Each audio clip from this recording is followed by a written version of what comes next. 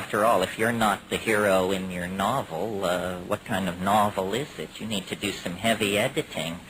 Robert Anton Wilson once said, we should define reality as a plot run by a closely knit group of powerful insiders, yourself and your friends, of course. I mean, if you don't believe that, you have a loser's scenario, and who needs a loser's scenario? So what I've been doing since I saw you last is basically a lot of traveling. I went to South Africa last October, and that was an education. It was a non-stop 2-week intensive education in humanness, third world colonial politics, Dutch Afrikaner history, a whole bunch of things I knew very little about. It was inspiring, challenging, amazing. Africa, the human home, is right now the great theater of struggle for the human soul. How we deal with the political and social problems of Africa is going to say a great deal about how we will be judged by the future. The problems of Africa are almost entirely created from outside of Africa. And the solutions which are being produced on native soil need all the nurturing and support that we who cheer on the brotherhood of man can give it. And then in February I went to Australia. And if I had known about Australia what I know now 30 years ago, I'm sure my life would be very different. I said last night at a book signing, it's weirdly like Texas. I mean, it's large, it's largely empty, and it has a very eccentric population of hard-driving folks who are lovely to party with and know how to barbecue. So what more can I say? Okay, so enough with personal reportage, local color, putting us all at ease, and all the rest of that forensic malarkey. Cut to the chase. When I think about talking to an audience like this, I go through my toolkit and try to say, what is cogent, what's meaningful, what can bring us forward. And there seem to be, it's a changing list, but at the moment what seems to be going is the old perennial psychedelic alteration of consciousness for purposes of personal exploration, social reformation, creation of a new art, a new politic. That's one of the major pieces of the puzzle. Another major piece is the new communications technologies. And I mean not only the internet, but the software that allows us, each and every one of us, to be animators, filmmakers, visually expressive people who can produce emotionally moving works of great depth and beauty. This is something that technology has brought to us. And strangely enough, a technology largely produced by psychedelic heads, people like ourselves. I told you last year, I think when we discussed drugs and technology, that the only difference between a computer and a psychedelic was one was too large to swallow. Well, great progress has been made in 12 months.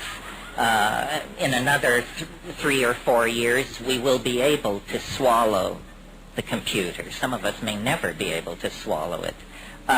The third piece of the puzzle, which is sort of mine alone to play with, since no one else wants to be this publicly crazy, is the whole business of novelty theory, the approach of a singularity in time that is sculpting the human and natural world, and that is so large an object in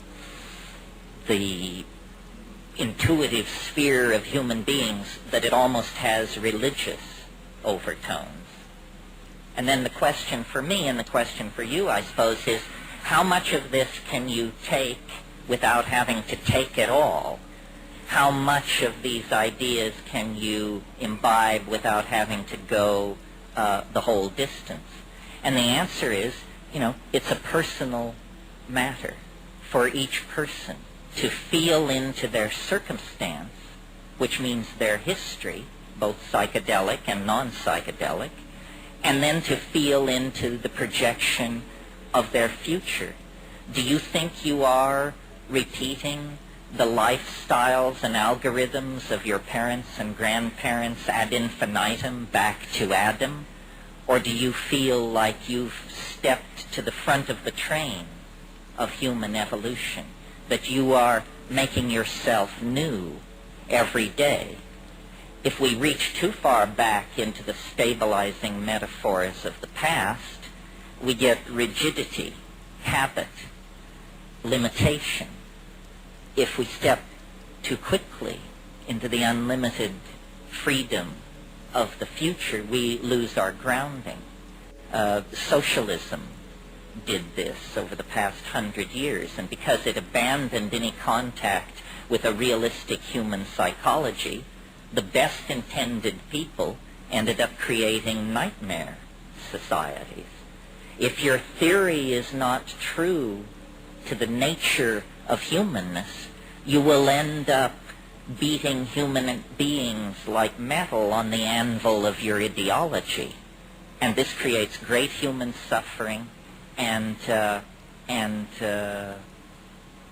historical catastrophe.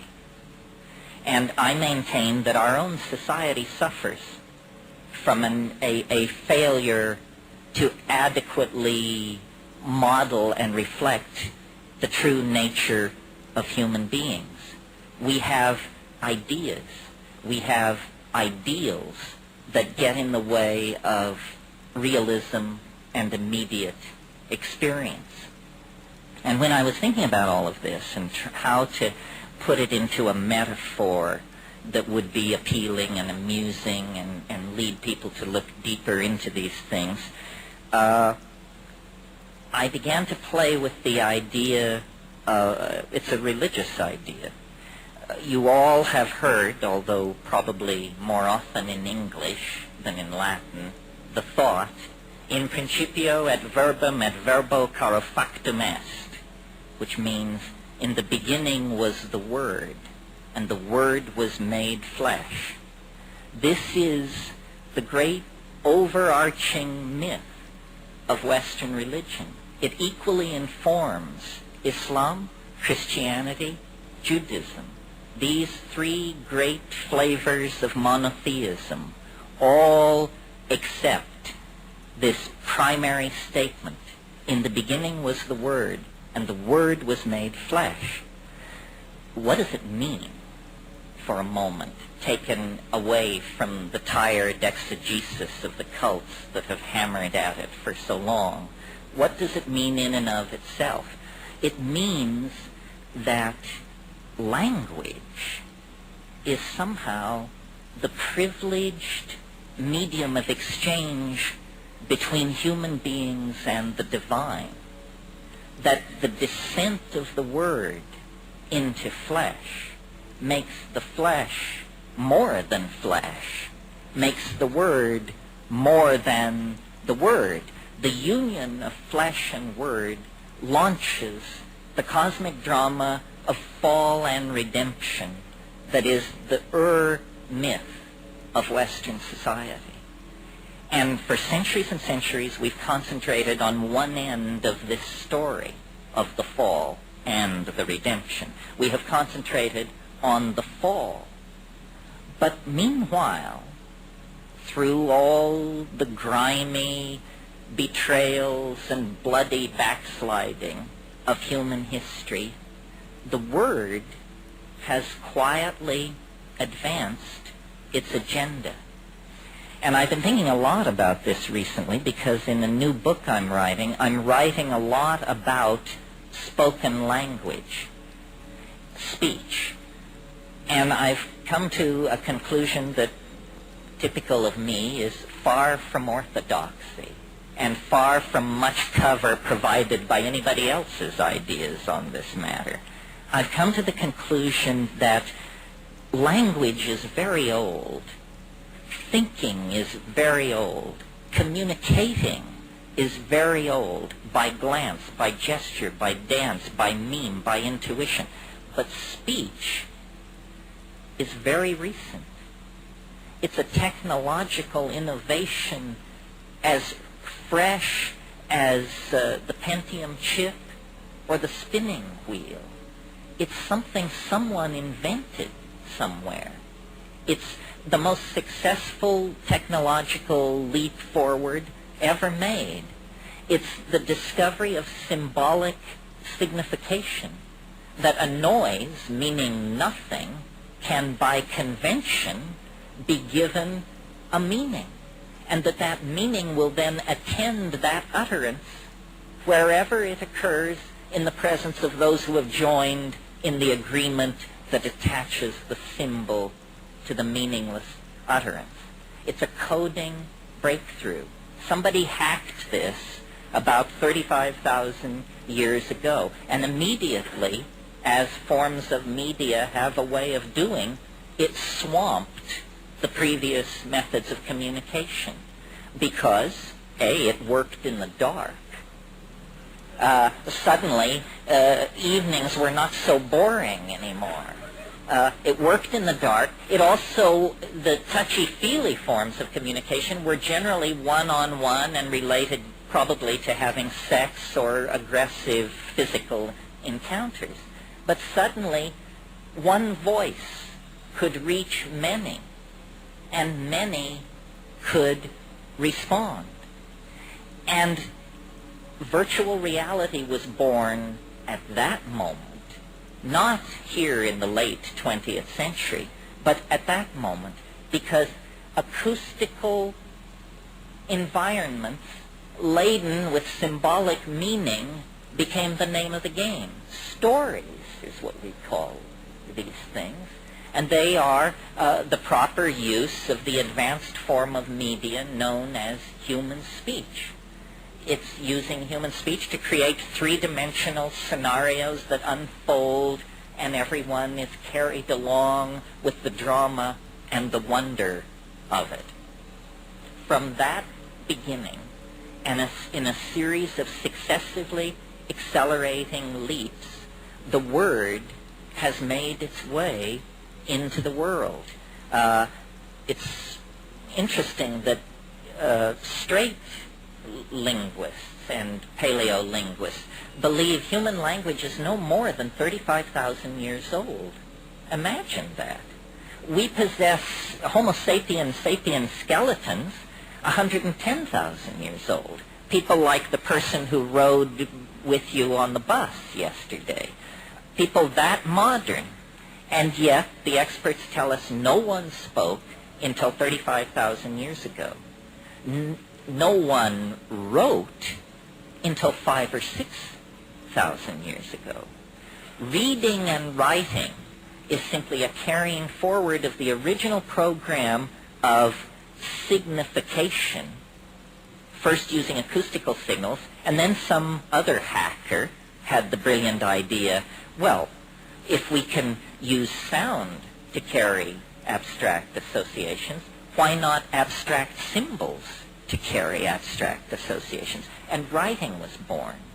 And what writing allows is expansion of the database, because things are not dependent on the wetware of human memory to survive from generation to generation. Suddenly, the mush of brain is replaced by the durability of wood and stone and clay. And these things then become the medium upon which the primary database of the culture is being carried forward. Well, the rest of the story you know, and this is not a lecture in the history of communication. Each succeeding refinement in communication has brought the word deeper into its association with the flesh until the present. And at this moment, there is a kind of what dynamicists call a cusp, a turning of the system upon its axes. And the Word is now beginning to make the return journey to the mysterious and hidden source from which it descended.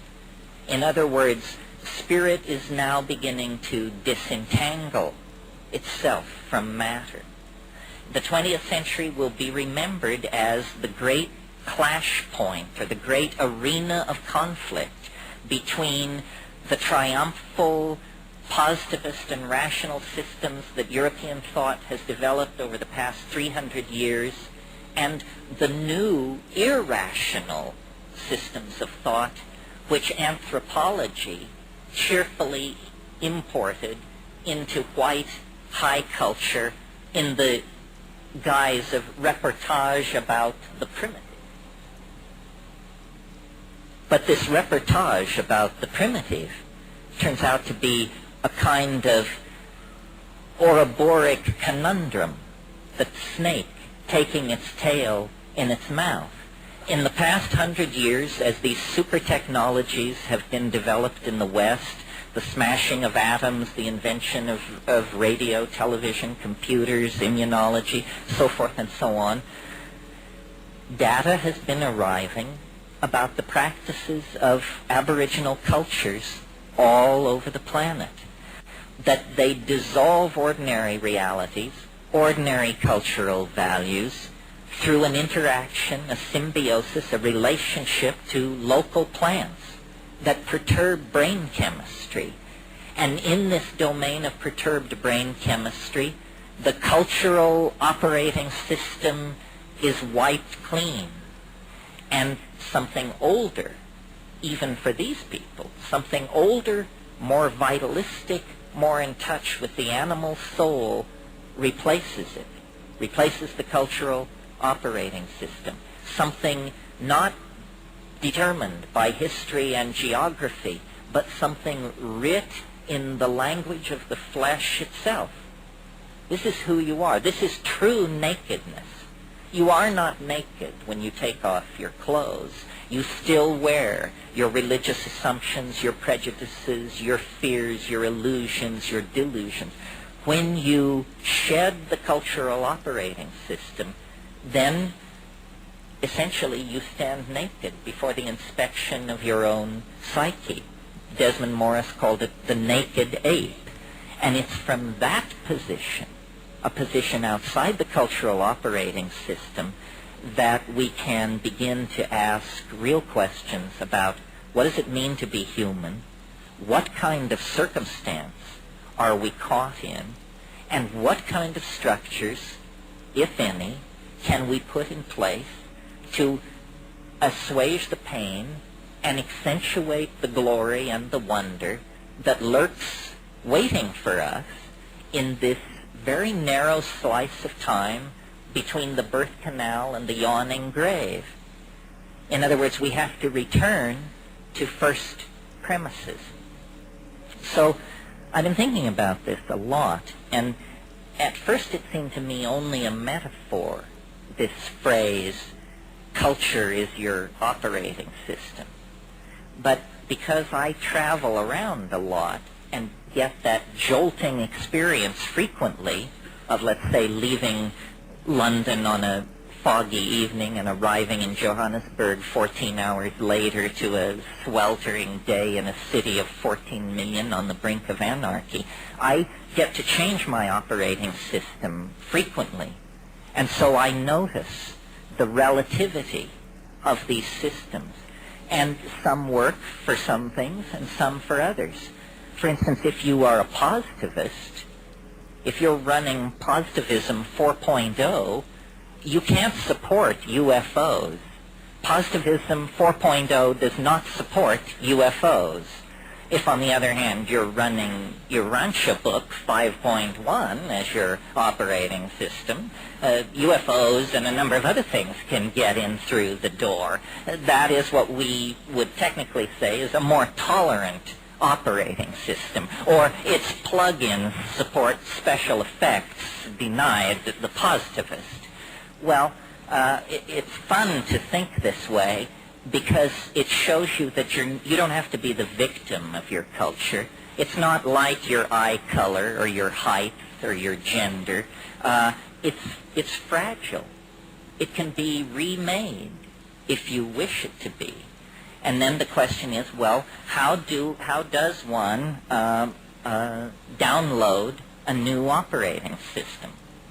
Well, first of all, you have to clear some space on your disk.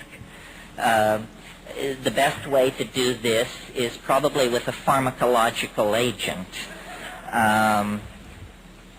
You think of some while I have a drink of water.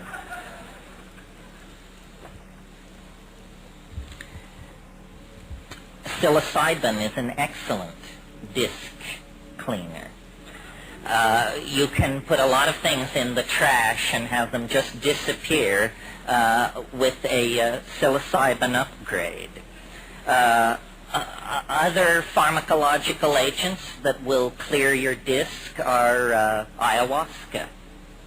And of course, these are gentle clearings of the disk, which take 5, 6, 7 hours. If you're in a hurry to dump that old data and leap right into the new operating system, click on the button marked dimethyltryptamine. A compressed disk erasure will immediately be downloaded, unstuffed, bin-hexed, implemented, installed, run, and you will find yourself with an entirely different head. Now, shamans have always known, though they may not have used the kind of language I'm using here, shamans have always known this trick. What trick? It has two facets. First of all, that culture is an operating system, that's all it is, and that the operating system can be wiped out and replaced by something else. So in essentially, what's going on among shamans and those who resort to them for curing and counseling and so forth is somebody's running a slightly more advanced operating system than the customer. The shaman is in possession of certain facts about plants, about animals, about healing, about human psychology, about the local geography, about mojo of many different sorts that the client is not aware of. The client is running culture light. The shaman paid for the registered and licensed version of the software and is running a much heavier version of the software than the client. I think we should all aspire to make this upgrade. It's very important that you have all the bells and whistles on your operating system. Otherwise, somebody is going to be able to get a leg up on you. Well, what's wrong with the operating system that we have? Consumer capitalism 5.0 or whatever it is. Well, it's dumb. It's retro. It's very non-competitive. It's messy. It wastes the environment. It wastes human resources. It's inefficient. It runs on stereotypes. It runs on a low sampling rate, which is what creates stereotypes. Low sample rates make everybody appear alike, when in fact the glory is in everyone's differences. And the current operating system is flawed. It actually has bugs in it that generate contradictions. Contradictions such as we're cutting the earth from beneath our own feet. We're poisoning the atmosphere that we breathe. This is not intelligent behavior. This is a culture with a bug in its operating system that's making it produce erratic, dysfunctional, malfunctional behavior. Time to call the tech. And who are the techs? The shamans are the techs. Well, so I think you get the idea. Very important to upgrade your operating system by dumping obsolete cultural subroutines. They are simply taking up disk space. They are not advancing you in any way whatsoever. Now, a very large group of people who followed this advice and rebuilt their operating systems in the 1960s went on then to build this most amazing of all cultural artifacts, the Internet. The Internet is light at the end of the tunnel. I don't care if it's being used to peddle pornography. I don't care if it's being trivialized in 1,000 ways. Anything can be trivialized. The important point is that it is leveling the playing field of global society. It is creating de facto an entirely new set of political realities. None of the constipated oligarchic structures that are resisting this were ever asked. Their greed betrayed them into investing in this in the first place without ever fully grasping what the implications of it were for their larger agenda. The Internet basically means you can now be as free as you are motivated to be, as free as you dare to be. Tim Leary, years ago, it was something he used to say that never got quoted as much as turn on, tune in, drop out. But it seemed to me it was maybe better advice. And he used to say, find the others. Find the others.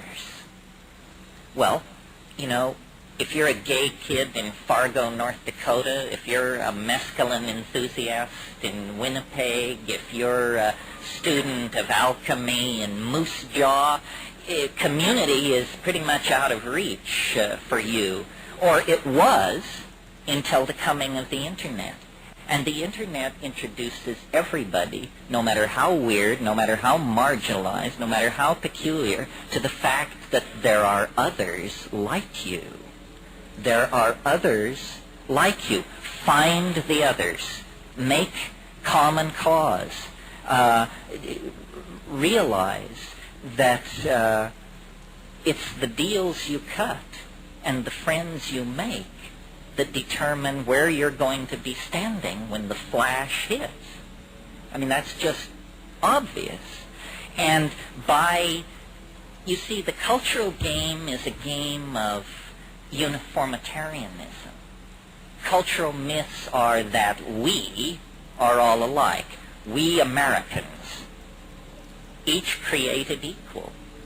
I mean, if you can believe that at an operational level, then I have some bridges I would like to sell you. It's a necessary truth to do political business, but it is not the truth. The truth is that you are not created equal with yourself from day to day.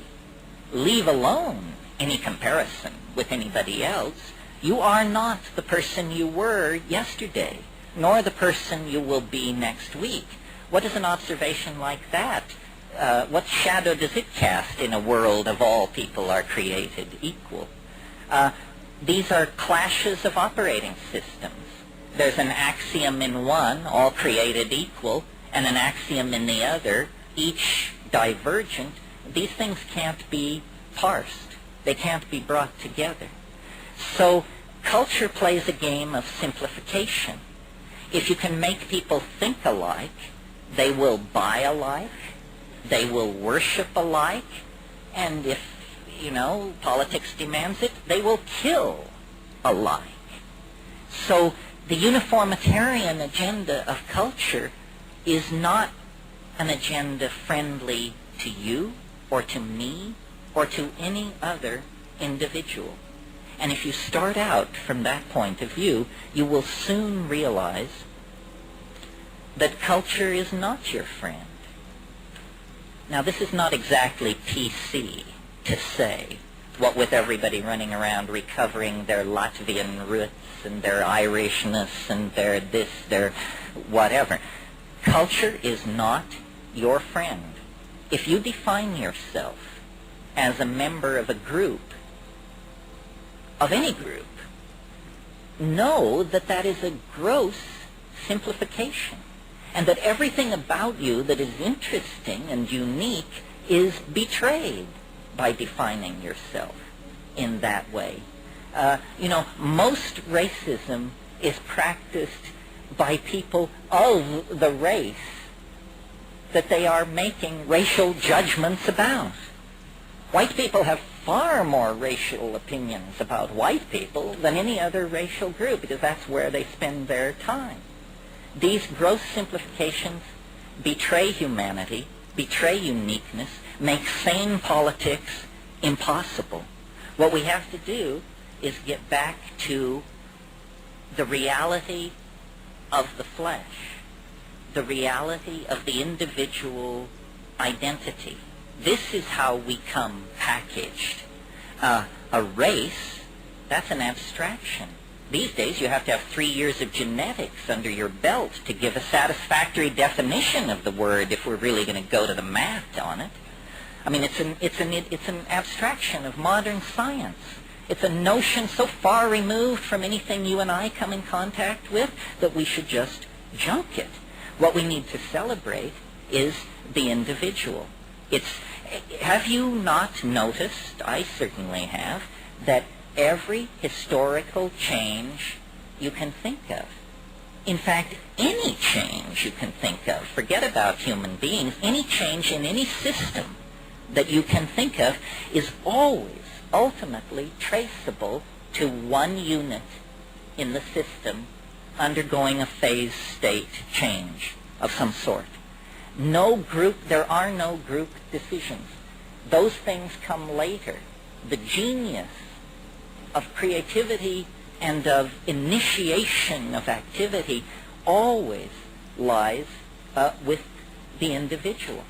And it's very interesting that this is what the psychedelics address. They address us uniquely as individuals. You can sit next to somebody who drank from the same bottle you did and be perfectly confident that their experience has very little congruency with your own.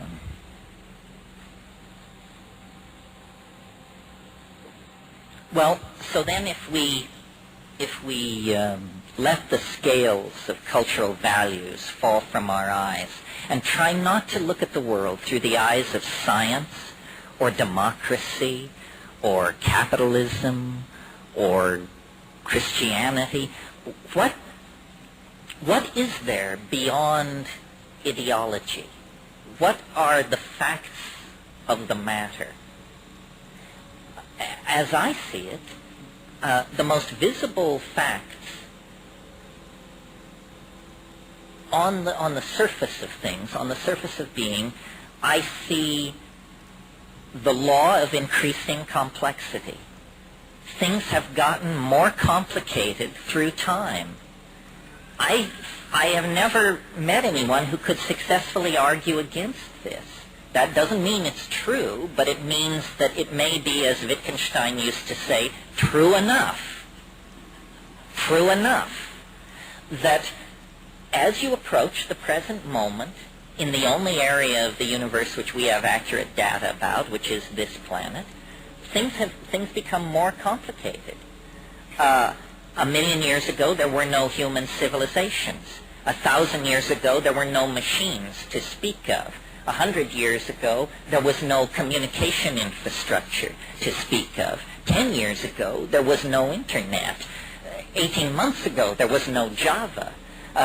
Things are complexifying, intensifying, moving together. This is the universal drama that is reaching culmination in our lifetimes. Because, and I offer this, don't believe me, for God's sake, don't believe anybody, just take this stuff in and then measure it against your own experience. The second extracultural fact that I've been able to discern, the first being things get more complicated as you approach the present. And the second being, that process of complexification is occurring faster and faster.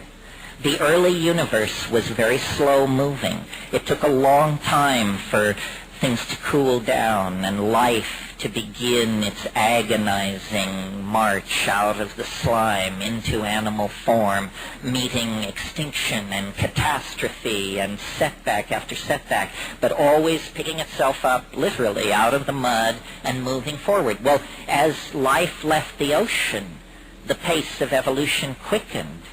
As life radiated across the land, the number of phyla multiplied, the number of species multiplied. Finally, 1 million years ago, pick a number, 1.5 million years ago, the higher primates begin to use tools. Fire enters the picture. And just as an aside, isn't it interesting how long people used tools and fire before spoken language enters the picture? I mean, we possess tools 1 million years old, human tools. Language 35,000 years old. When I was in South Africa last year, I was in this place that reminded me of like the Four Corners area around Moab, Utah. It was like nothing like I had expected South Africa to be. And when I wasn't teaching, I would wander the dry arroyos and hunt for human tools. And there was an archaeologist staying in the bar, or in the hotel there, and we would drink in the evening in the bar, and I would lay my day's find out on the bar, and he would sort it into piles. And he'd say, nothing in this pile is less than 165,000 years old. Everything in this pile is from human tools we're talking about. Now I've lost my thread because I was so thrilled with my sidebar. I think I can get it back. Ah, yeah, here it is. Here it is. And they say potheads can't think. Here it is. The second obvious fact which haunts the post-cultural viewpoint is this acceleration of change. And I've sort of built my career on this because I'm a rationalist, but I feel the emotional power of this thing.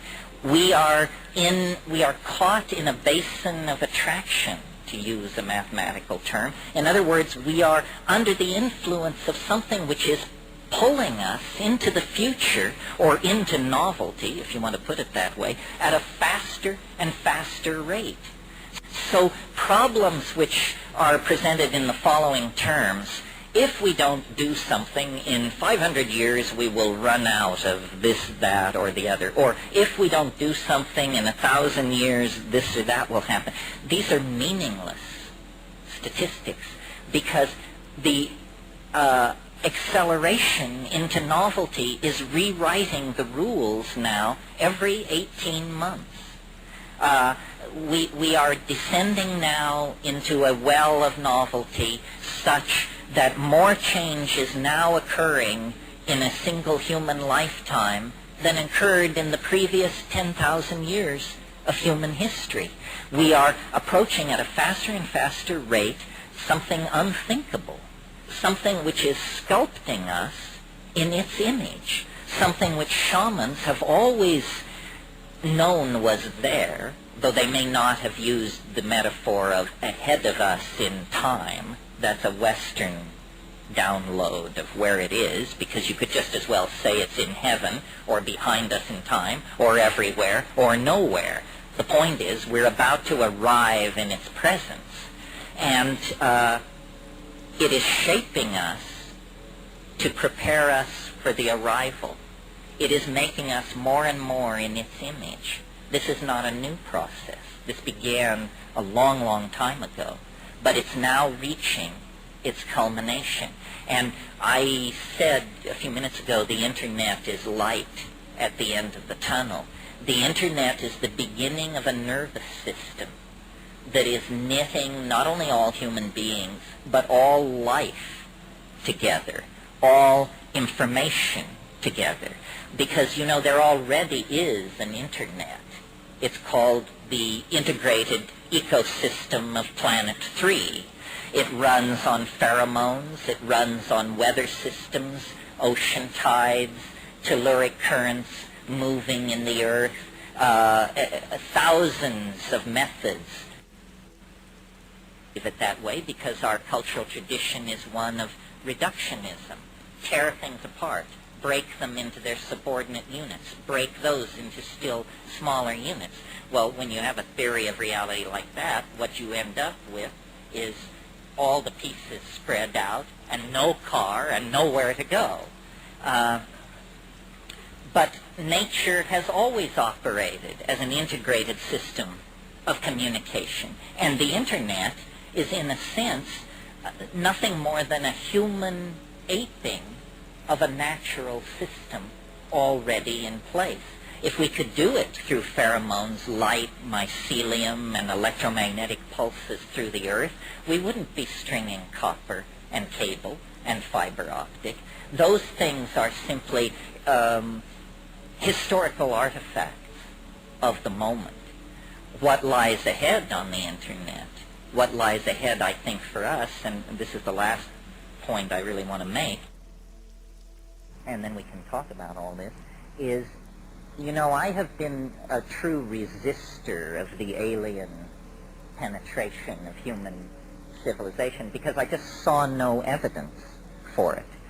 But the chant that they are coming has now grown so loud that I feel like one sort of has to ask oneself, well, short of just 100% skepticism, what the hell is going on with this alien hype? And I think that the problem is one of modeling and intelligence. There is an alien. We are in the cultural process of meeting this alien, but they do not come in 1,000-ton beryllium ships from Zenebo-Ganubi to trade high technology for human fetal tissue. I mean, that's an intelligence test, folks. That's not how it works. Our own hysteria makes it very difficult for us to deal with the presence of the alien, and the alien knows that. That's why it has disguised itself as a psychedelic experience, I think. Where, you know how in all those 50s B science fiction movies, there was always this theme of the landing area.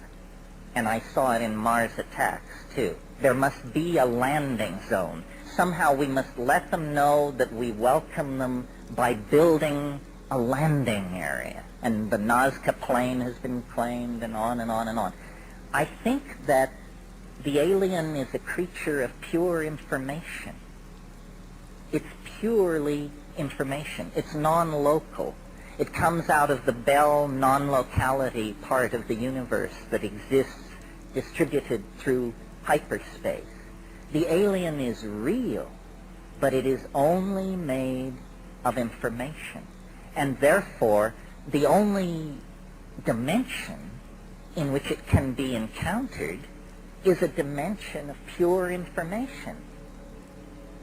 Fortunately, we are building a dimension of pure information.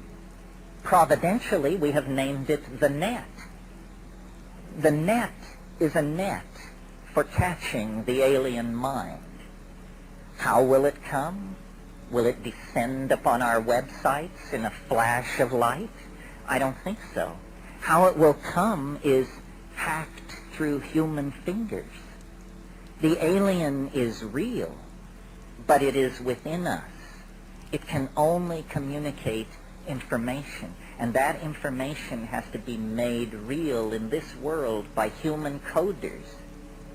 So if we were to set out lightheartedly to build a virtual reality as alien as we could make it, I maintain that 3/4 of the way our hair would be standing on end, because we would realize we are not inventing this, we are discovering it. You know, Michelangelo said, the form is in the block of marble. What I do is I take away the part that is unnecessary and reveal the human torso within the block of marble.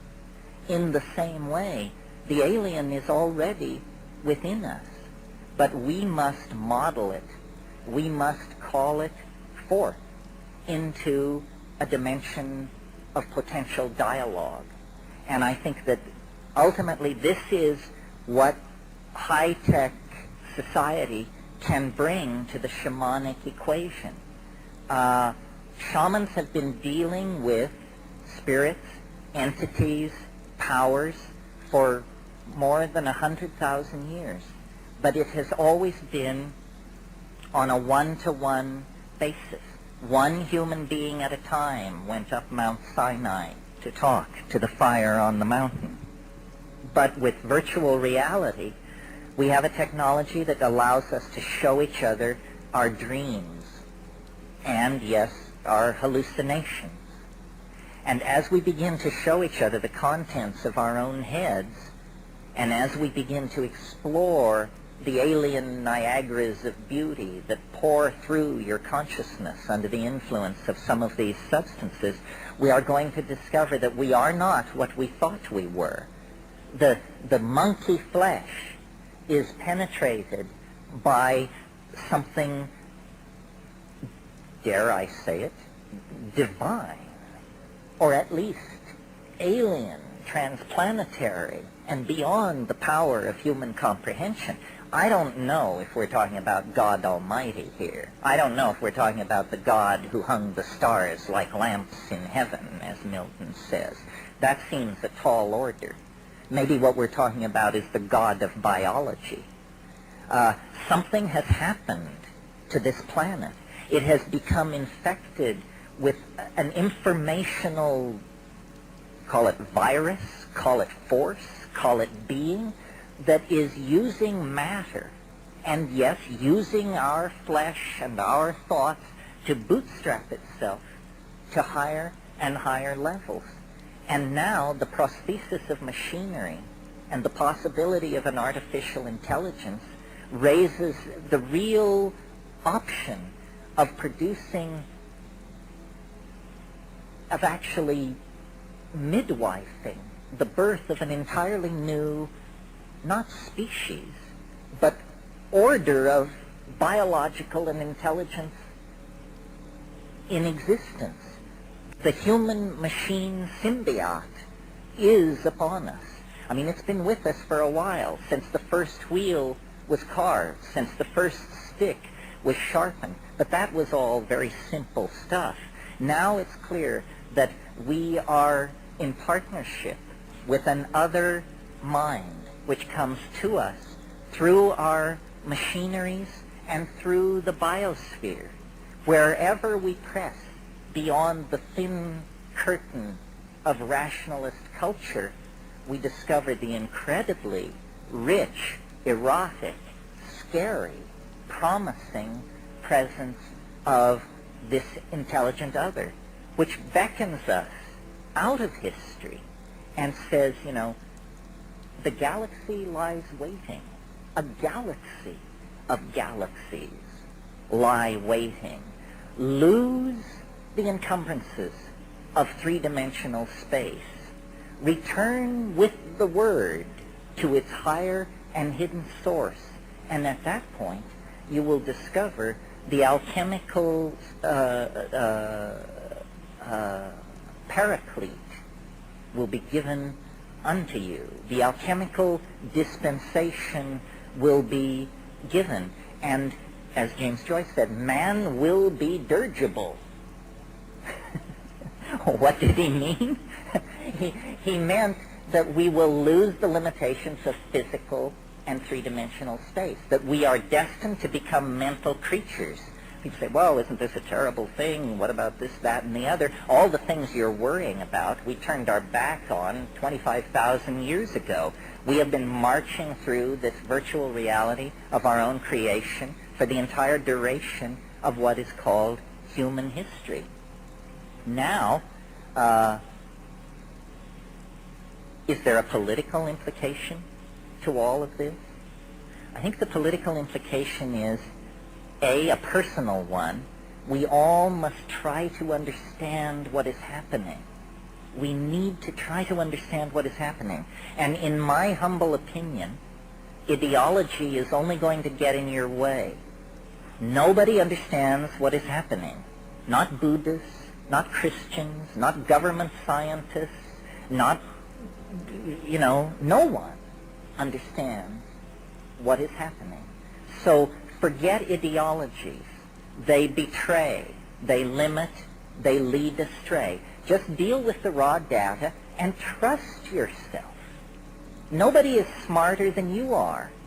And what if they are? What good is their understanding doing you? People who walk around saying, well, I don't understand quantum physics, but somewhere somebody understands it. That's not a very helpful attitude toward preserving the insights of quantum physics. Inform yourself. What does inform yourself mean?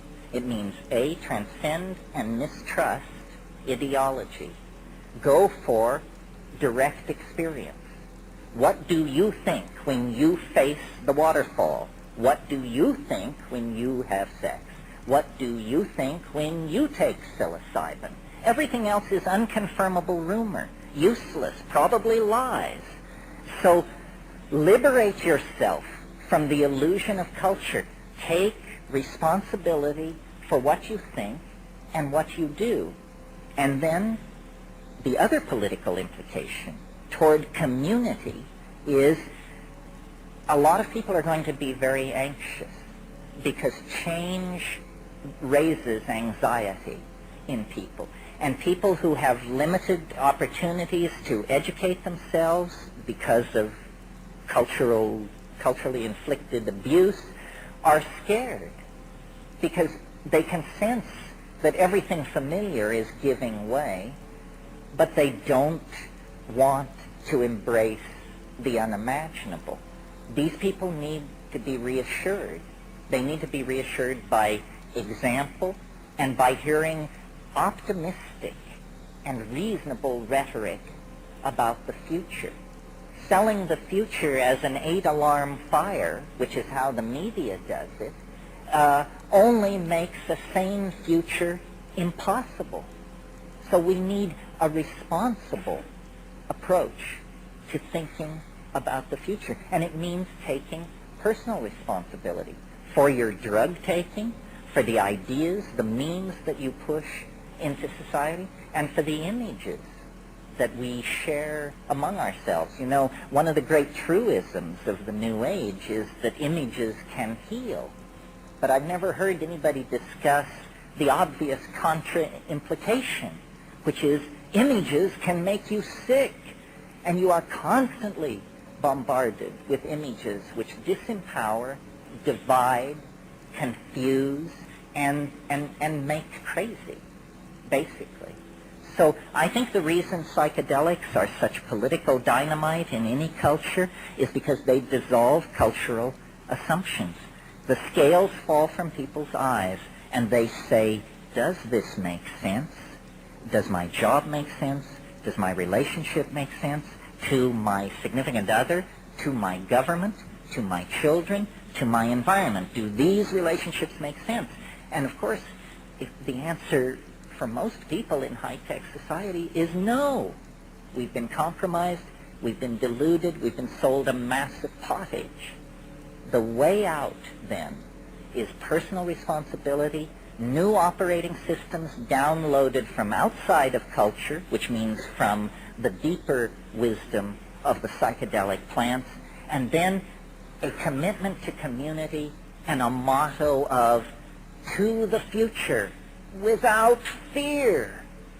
Without fear. Thank you very much.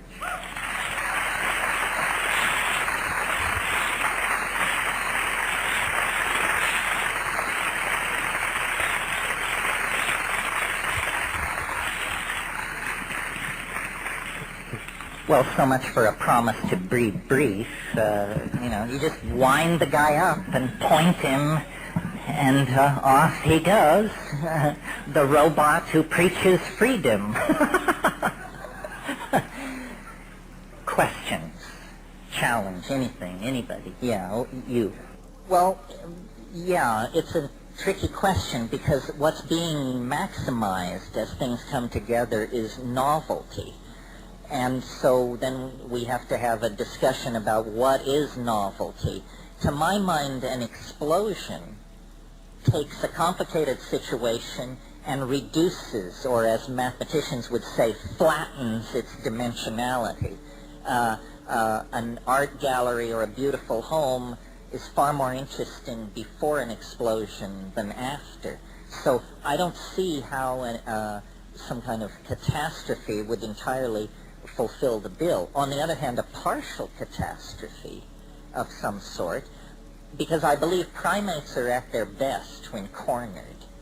And we aren't cornered yet. I mean, we talk about how we're cornered. People say this is the end of the world. This ain't the end of the world. This is the long garden party before the end of the world, with strolling musicians and superbly catered food and women in diaphanous gowns and high-toned conversation.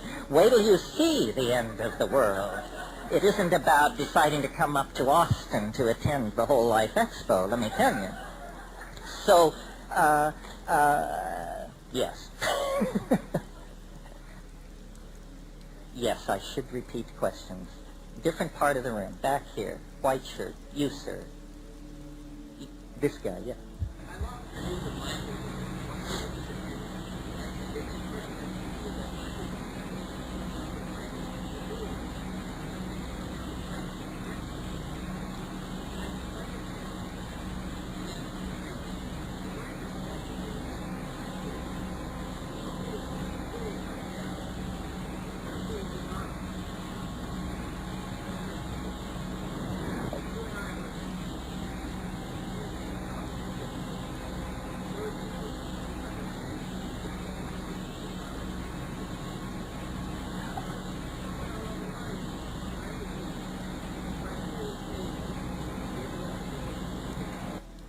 Yes, you eloquently represent the position that language was invented in order to lie, right?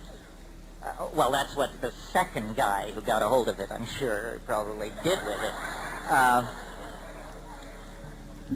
You're right that I have an incredible enthusiasm for verbal speech, but it's only because it's easy for me to do. If I didn't do this, I'd have to find honest work. However, I am aware, I'm very aware of the limitations of language, and one of the things I've talked about a lot is what I call visible language. You used the example of telepathy, that if we were in telepathic communication, how could I lie? Because you would perceive my intent. The key to making language more true is to make it more visual. Now that can't just take the form of a bigger vocabulary and more colorful metaphors. Like people will say, when he spoke, he painted a picture. Or listening to him was like watching a movie. I think ordinary speech goes through a series of stages, from articulate to eloquent to poetic to demagogic. And demagogic is where you want to be careful, because then you can turn, essentially Hitler turned history on its head with speeches. He just could really deliver a stem winder. I've been fascinated by the fact that in the Amazon, under the influence of ayahuasca, people sing songs, but they see the song they sing.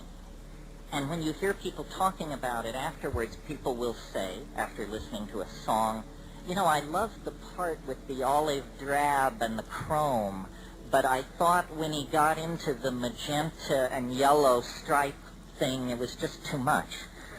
Well, this is a critique of a song? And then when you take ayahuasca with these people, you discover to your amazement that is a blue ribbon a foot across that descends from floor to ceiling and has a yellow center, and then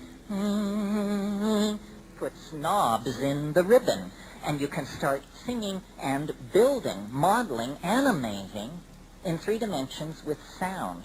Well, I maintain that our insistence technologically on pushing our media toward ever more immediate sensations, so that if we have photography, it's black and white, we demand color. If it's color, we demand motion. If it's motion, we demand sound. If it's sound and motion, we want 3D.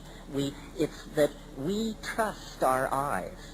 And the natural domain of communication is visual for human beings. We're like octopi in that way.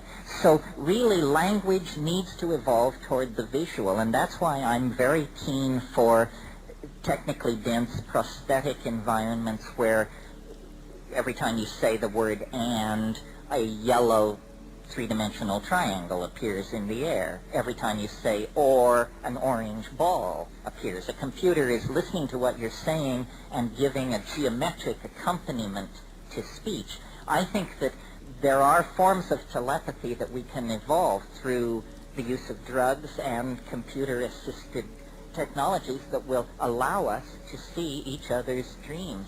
In spite of your correct assessment that I'm keen for the spoken word, I spend all summer learning modeling and three-dimensional animation programs from my son because I want to animate.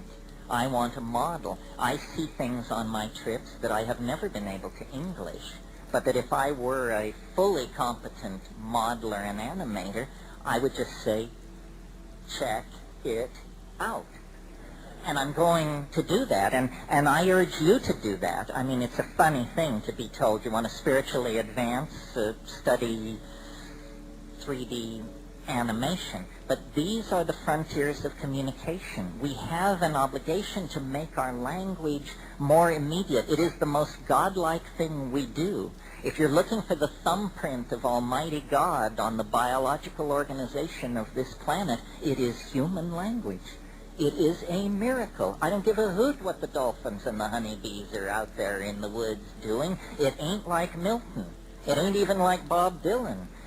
It ain't even as good as this, I'm willing to say. No, human communication is what we are, and it will lead us to be a symbiotic species if we put the pedal to the metal.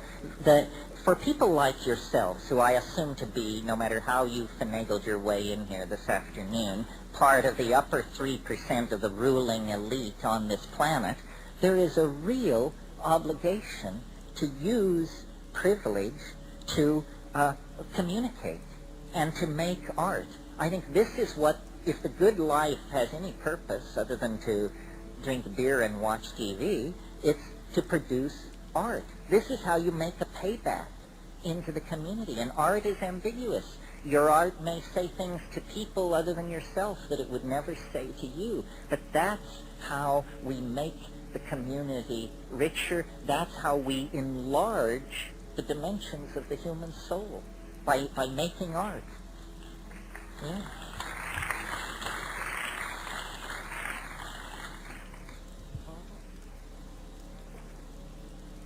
Stand up and yell.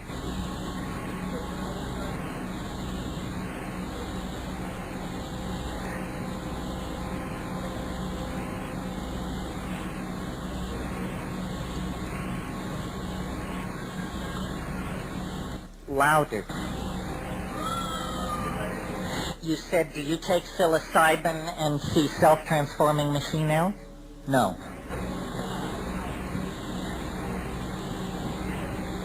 Yeah?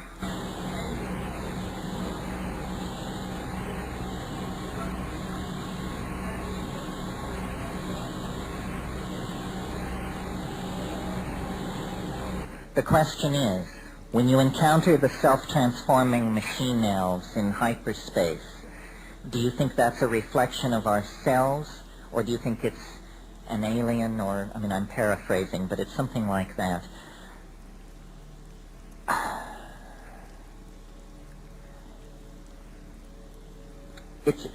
It's tricky, because we are not what we think we are.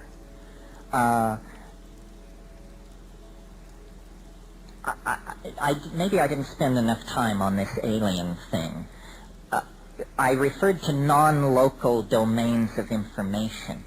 This has to do with this idea in quantum physics that there is something called Bell non-locality, that all particles that were ever associated remain associated in some mysterious way, no matter how far apart in time and space they have drifted.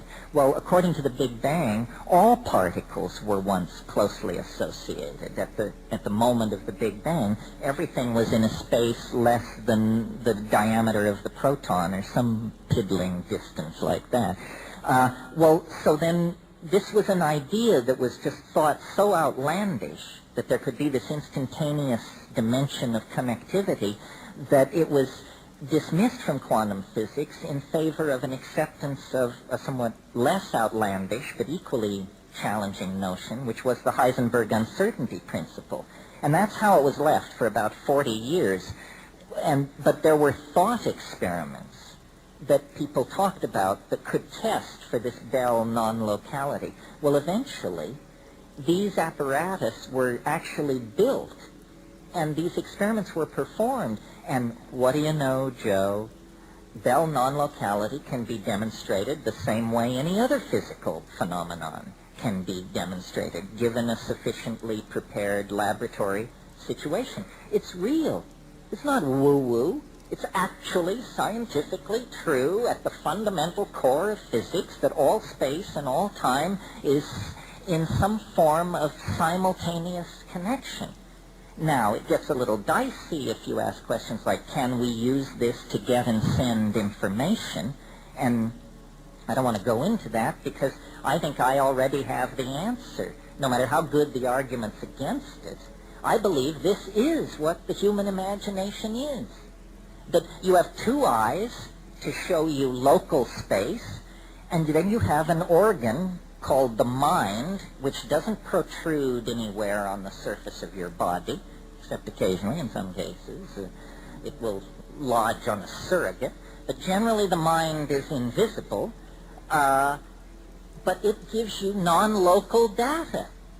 That's what the imagination is. That's non-local data. Everything in the imagination is real. Somewhere so far away in space and time that it makes absolutely no sense to give it another thought ever again. Don't ever think that thought again, but know that everything in the imagination is real. So it's ridiculous to speak of my imagination or the human imagination. There is just the imagination. But see, if all information is there, 99.999% of that information is not intended for human beings and makes no sense whatsoever to us. It's basically static. It's either above or below our cognitive power to organize, and so it is meaningless.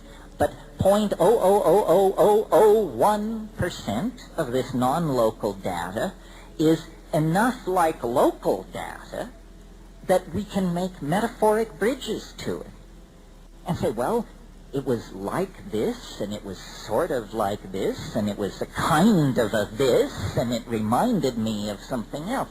And that's the stuff of the imagination. And to the degree that you can accept alien data without freaking out, you can go deeper into the imagination. I have a friend who says of psilocybin mushrooms, every time I take it, my goal is to stand more. And he doesn't mean stand more in terms of dosage.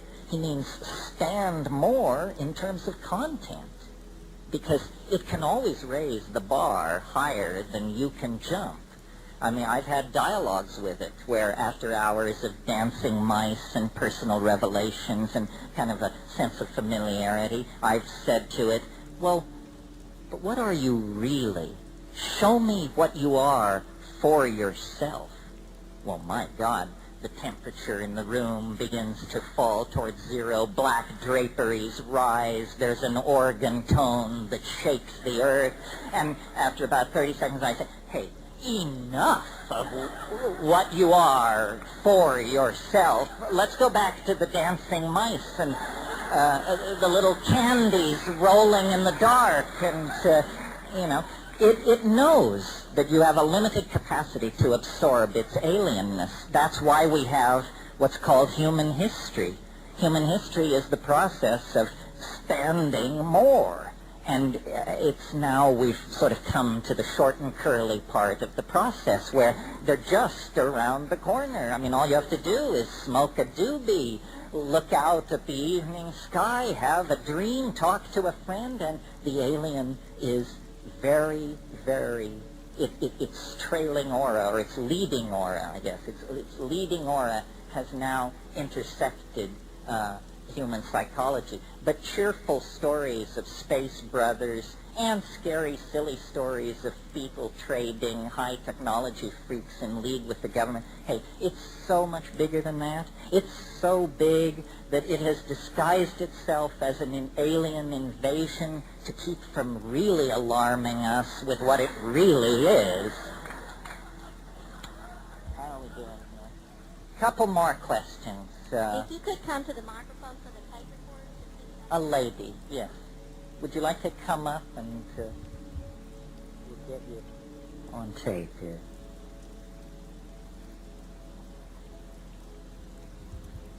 I was just wondering what you thought about the possibility of,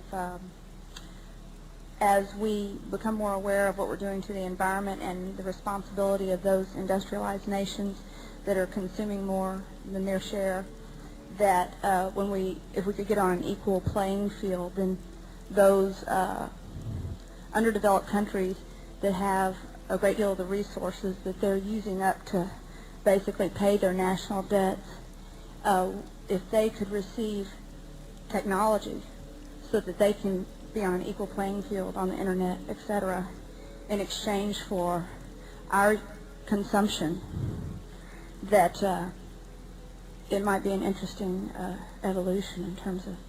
Well, I think it's happening. In other words, some people have objected that the internet and computers are an elitist technology in the hands of a bunch of white folks.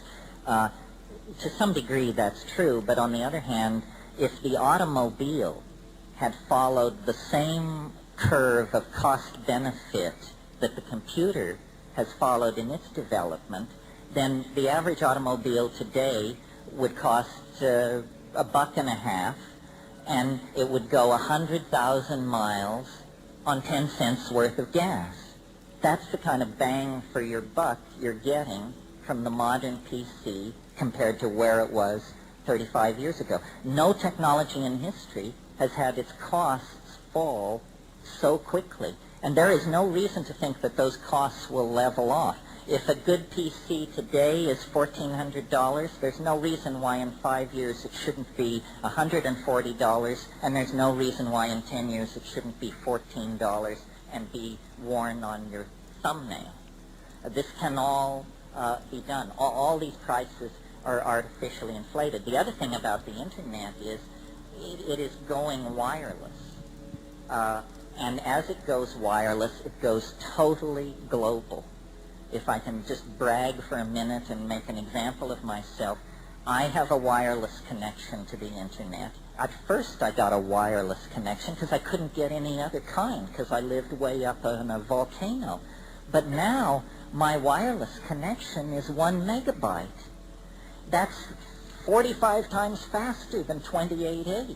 The poor people down on copper, they can't do better than 56 because the infrastructure already exists and therefore limits the bandwidth. By going outside the infrastructure, this sounds like a reprise of my talk, by going outside the infrastructure and building alone from ground up, I suddenly find myself looking down the gun barrel of a T1 connection, and it is heaven itself, let me tell you.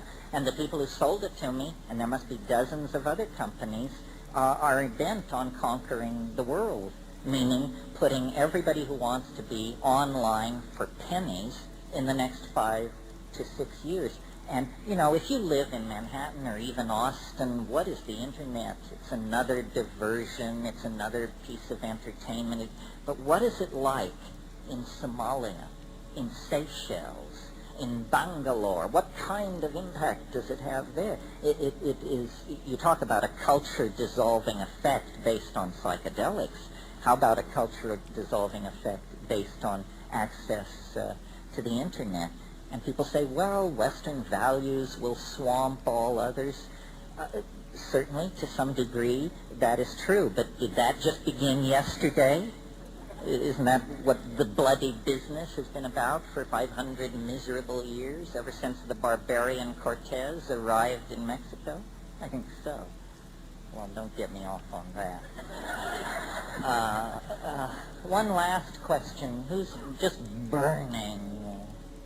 Anybody burning? There's somebody burning.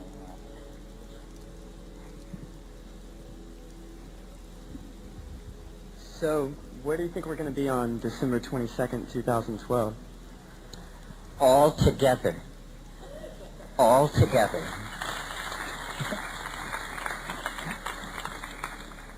It's a nice answer. Here's another one. Why have only one answer? It's too early to tell. In other words, asking that question in 1997 is like asking a man looking east at 1 a.m. what he thinks the sunrise will be like. It's just too early. The sun lies over the event horizon of the planet. In other words, we can't see around the corner yet. In terms of our analogous cultural development, right now we've reached approximately the year 1000 AD. And between now and 2012, at an incredibly accelerated rate, we have to do a number of things. Discover the new world, invent the calculus, have the Renaissance, then have the Reformation, then have the Industrial Reformation, then have the 20th century. All that has to be squeezed into the next 14 years. The real outlines of what is tearing toward us will probably be the province of squirrels and visionaries like myself until around 2004 and 5. And by that time, it will be clear to everyone what is on the end of every fork, as William Burroughs once said. In other words, it will be clear that history has been canceled. It will be clear that there is no human future except through hyperspatial breakthrough. We will all be walking around on an internet that is 90% VRML based and hence three-dimensional and interactive. And nanotechnology will be beginning to deliver its goods to society. New forms of propulsion system are going to move the outer planets to within a few weeks' travel, so forth and so on. So we cannot at this moment know the true nature of the eschaton, because at this moment, if we knew the true nature of the eschaton, it would shatter our cultural assumptions and our individual understanding completely. We have a lot of heavy lifting to do. There's a lot of self-education, hard tripping, and heroic dosing that needs to be done before we can meet the eschaton on a level playing field. Be there or be square. Thank you.